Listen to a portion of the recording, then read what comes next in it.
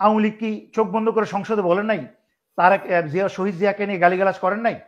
ওনাকে 400 টাকার মেজর বলে কি ওনাকে অপমান করার চেষ্টা করেন নাই? করেছে। কিন্তু আওয়ামী লীগের বড় বড় সমস্ত নেতা নেত্রী জানতো যে জিয়াউর রহমানের মতো একটা সৎ সেনা অফিসার এবং রাজনীতিবিদ বাংলাদেশে এখনো পয়দা হয় নাই। ডক্টর খলিল এবং Amir Khasru. Amir Khasru is a direct implant of India. Amir খসরুকে সরাসরি ভারত বসিয়েছে। আমি যখনই প্রফেসর ইউনূস এবং তারেক রহমানের আলোচনা হয় তখনই কিন্তু আমি লাইভে বলেছি আমির খসরু যাচ্ছে। আমির খসরুকে যেন এই মিটিংয়ে অংশগ্রহণ করতে না দেওয়া হয়, ভিতরের তথ্য যেন জানতে না দেওয়া হয়। Damage has been done already. যা ক্ষতি হওয়ার হয়ে গেছে। বিএনপির এই উপরের লেভেলের বা ভারতীয় সমস্ত বাটপাটদেরকে, দালালদেরকে ছেকে বের করে না সরিয়ে বিএনপি ক্ষমতায় আসলে দেশ মহা বিপদে পড়বে। আর তারেক রহমান নিজেও মারা পড়বে। দেখেন, শুরু থেকেই কিন্তু অনেকেই বলছিল জিয়া রহমানের মতো হানা ভোট করার জন্য, জিয়া রহমানের মতো হানা ভোট করার জন্য। দেখেন, হানা ভোট করে ওই আমলে 1978-79 আর কি বলে এটাকে 2025 কিন্তু এক না। আপনাকে প্রত্যেকটা জিনিস সময়ের বিবেচনায় কিন্তু, সময়ের আলোকে কিন্তু আপনাকে বিবেচনা করতে হবে। 1975 সালে যা সম্ভব ছিল 2025 সালে কিন্তু তা অনেক কারণেই সম্ভব না। এটা কিন্তু শুধুমাত্র সাহস, বিষয়টা সাহসের না। কারণ সমস্ত সামাজিক ব্যবস্থা, কি বলে এটাকে, টেকনোলজি, কূটনীতি, জিওপলিটিক্স সবকিছু কিন্তু বদলে গেছে। তার সাথে কিন্তু আমাদের বুড়া নেতাদের কিন্তু তাদের বুড়া ওই 50 বছর আগের রাজনীতি তাদের মাথায় রয়ে গেছে। এই জন্য কিন্তু তাদের থিওরি খাপ খায় না, ইয়াং জেনারেশন খায় না। তারা কিন্তু এখনো ওই বুড়ার চাকরি। কারণ প্রত্যেকটা জিনিস, আমার বাবা মা যেই পরিবেশে বড় হয়েছে, আমি যদি সেই পরিবেশে বড় করতে চাইতো, বা আমি যেই পরিবেশে বড় হয়েছি সেই পরিবেশে যদি আমার ছেলে মেয়েকে বড় করতে চাই, তাহলে কিন্তু তারা আমাকে ভুল বুঝবে। কারণ তাদের সময়ের সাথে আমার সময়ের বিশাল পার্থক্য। তাদের সময়ের আলোকে সমস্ত কিছু সিদ্ধান্ত আমাদেরকে নিতে হবে। তো একইভাবে মানুষ, সারা বাংলাদেশের মানুষ জানে, বিএনপি সহকারে সারা বাংলাদেশের মানুষ জানে যে প্রফেসর ইউনূসকে আগামী 5 বছরের জন্য বাংলাদেশ জনগণ চায়। এটা বিএনপিও জানে। বিএনপি যদি কাকের মতো চোখ বন্ধ করে কলসির মধ্যে ঢুকিয়ে যদি চিন্তা করে কেউ তাকে দেখছে না, সেটা বিএনপির সমস্যা। আওয়ামী লীগ কি চোখ বন্ধ করে সংসদে বলেন নাই? তারেক জিয়া, শহীদ জিয়াকে নিয়ে গালিগালাজ করেন নাই? ওনাকে 400 টাকার মেজর বলে কি ওনাকে অপমান করার চেষ্টা করেন নাই? করেছে। কিন্তু আওয়ামী লীগের বড় বড় সমস্ত নেতা নেত্রী জানতো যে জিয়াউর রহমানের মতো একটা সৎ সেনা অফিসার এবং রাজনীতিবিদ বাংলাদেশে এখনো পয়দা হয় নাই। সুতরাং বিএনপি একই কাজ করছে। তারা জানে প্রফেসর মোহাম্মদ ইউনূসের উপর বাংলাদেশের মানুষের আস্থাটা কি পরিমাণ। তা হানা ভোটের প্রয়োজন নাই। হানা ভোট দিয়ে, এবং ঈদের দিনও তো আমরা শুনলাম, গত ঈদেও শুনেছি, এই ঈদেও শুনেছি যে ওনাকে আবার 4-5 বছর থাকে। যদিও অনেকে বলে যে এটা শিখাই দেওয়া, ওনাকে 5 বছর হবে না। দেখো, এই যে বলেছি, মানুষের চাইলে তো আর 5 বছর থাকতে পারবেন না। উনি নিজেও কিন্তু বলেছেন যে কোন দেশে, জাপানে গিয়ে একটা গণমাধ্যমে যে উনি বলেছিলেন যে মানুষ অন্তর্বর্তীকালীন সরকারকেই পছন্দ করছে, এরকম বিষয় পছন্দ করছে। কিন্তু আনফরচুনেটলি ওইভাবে ওনার টিকে থাকার 5 বছর টিকে থাকার ক্ষমতা নাই। আনফরচুনেটলি উনি যদি আজকে সেটা সকল ক্ষেত্রে প্রমাণ করতে ব্যর্থ হয়েছেন। উনি যেই কমিটিগুলা করেছেন বিচারের, টেনে মেনে শেষ পর্যন্ত প্রদীপের ফাঁসি হলো, তাও ভিতরে কতটুকু ধাক্কাতে হয়েছে আমি জানি। আমাদের সেনাবাহিনীর অবসরপ্রাপ্ত বেশ কিছু অফিসাররা এটা নিয়ে সক্রিয় ছিল, এবং সরকারের ভিতরের কিছু উকিলকে আমি চাপে রেখেছি যেন এটাকে ত্বরান্বিত করা হয়। তারপরে গিয়ে এই প্রদীপের ফাঁসি হয়েছে। নয়তো কিন্তু প্রদীপের ফাঁসি আরো 1-1.5 বছর 2 বছর হতো কিনা সন্দেহ আছে। যা ভিতরের অনেক কথাই আমি বলতে পারি না কিভাবে কি হয়েছে। বাট মূল কথা হচ্ছে প্রফেসর ইউনূস, আবার বলছি, এককভাবে প্রফেসর ইউনূস একটা সরকার, এক ব্যক্তি দিয়ে ওনার উপর ভিত্তি করে একটা দেশ গঠন করার দুঃস্বপ্ন আমাদের দেখা উচিত না। আপনার কাছে একটা প্রশ্ন, যে মানে ডক্টর খলিলুর রহমানকে উনি কেন নিয়ে গেছেন? আর ওনারা এবং এই যে আমির খসরু মাহমুদ, উনিও বা কেন গেলেন? মানে এখানে এই ব্যক্তিগুলোকে কেন পছন্দ করা হয়েছে? আর হচ্ছে যে আপনার কাছে যে বলা হয় যে লন্ডনে বহু টাকা খরচ করেছেন, এগুলো নিয়ে কথা উঠেছে, যেটা ওনার সরকারের সাপোর্ট ছিল না। তো এগুলো নিয়ে অনেক কথা হচ্ছে। এই দুটো ইস্যু নিয়ে যদি আপনি একটু বলেন। আচ্ছা, খলিল, ডক্টর খলিল এবং Amir Khasru. Amir Khasru is a direct implant of India. Amir খসরুকে সরাসরি ভারত বসিয়েছে।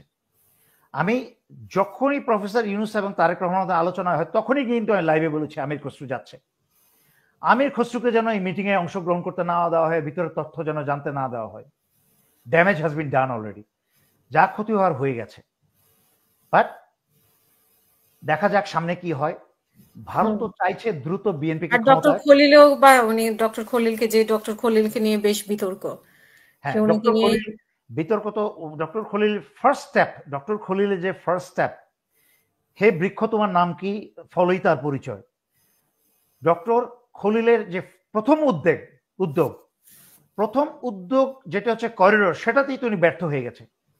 সেখানে কিন্তু নিজের বিবৃতি নিজে উল্টে ফেলে মিথ্যা কথা বলেছে। আবার উনি বলেছেন যে আমরা তো বলি নাই। উনি বলতে পারতেন যে আমরা বলেছি, শুধু মিথ্যা কথাই বলে নাই।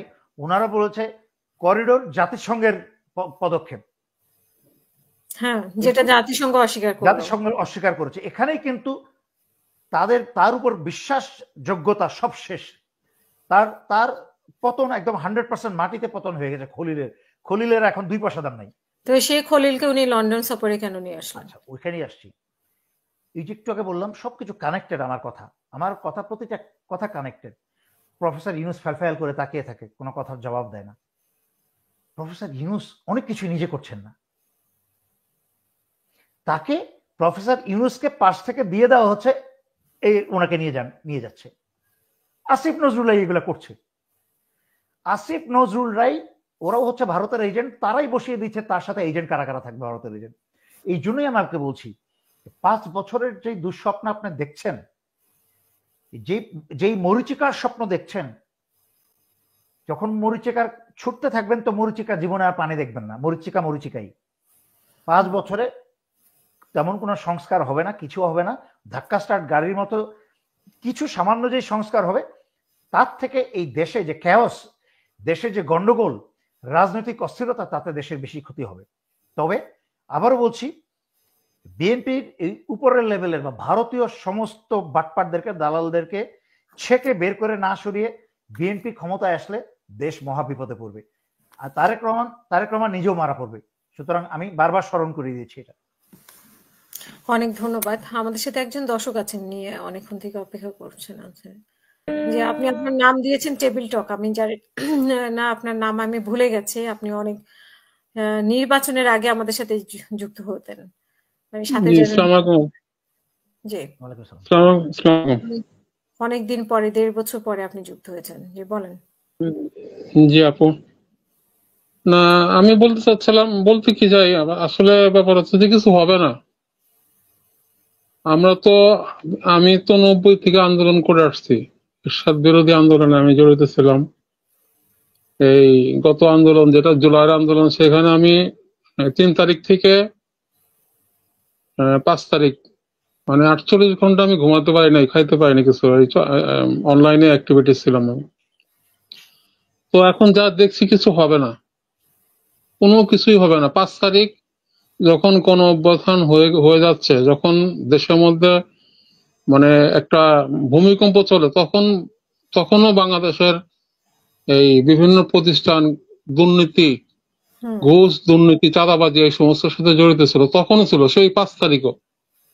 আর এখনো তো কথাই নেই। এখন প্রতিটা প্রতিষ্ঠানে, প্রতিটা জায়গায়, আমরা তো তৃণমূলে থাকি, আমরা এখনো নেতা হই নাই, আমরা এখনো রাস্তাঘাটে তৃণমূলে থাকি।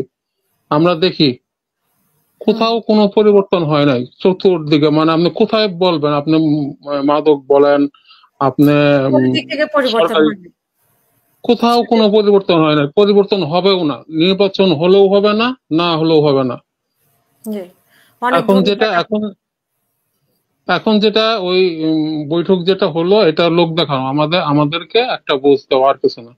ও যা হওয়ার তাই হবে। আচ্ছা, আমি আপনাকে এই আপনি তো কোনো প্রশ্ন করলেন না, আপনি নিজে বিবৃতি দিলেন, স্টেটমেন্ট নিজেই বলেন। উনি বলে হ্যাঁ, আপনার না, উনি ঠিক ওনার আছে, আপনি যেটা মতামতটা বলেছেন, উনি জানালেন আর কি। আপনি যেটা বলেছেন আপনি ভুল বলেন নাই, আপনি আপনার হতাশাটাকে তুলে ধরেছেন। হুম এভাবেই বাংলাদেশের কোটি কোটি মানুষ এখন হতাশ, কিন্তু আমি সব সময় আশার আলো ছড়াই, কারণ হতাশ হওয়া খুব সহজ, কিন্তু আশান্বিত হয়ে এগিয়ে যাওয়ার জন্য সাহস লাগে, শক্তি লাগে। আল্লাহর রহমতে আমি সেই সাহস শক্তি নিয়ে এগিয়ে যাই, কারণ দেশকে তো ছেড়ে দেওয়া যাবে না, দেশকে ডুবতে দেওয়া যাবে না, ভারতের অংশ হতে দেওয়া যাবে না। দেশের এই অবস্থান দেরিতে হলেও ইনশাল্লাহ এই দেশের পরিবর্তন হবে।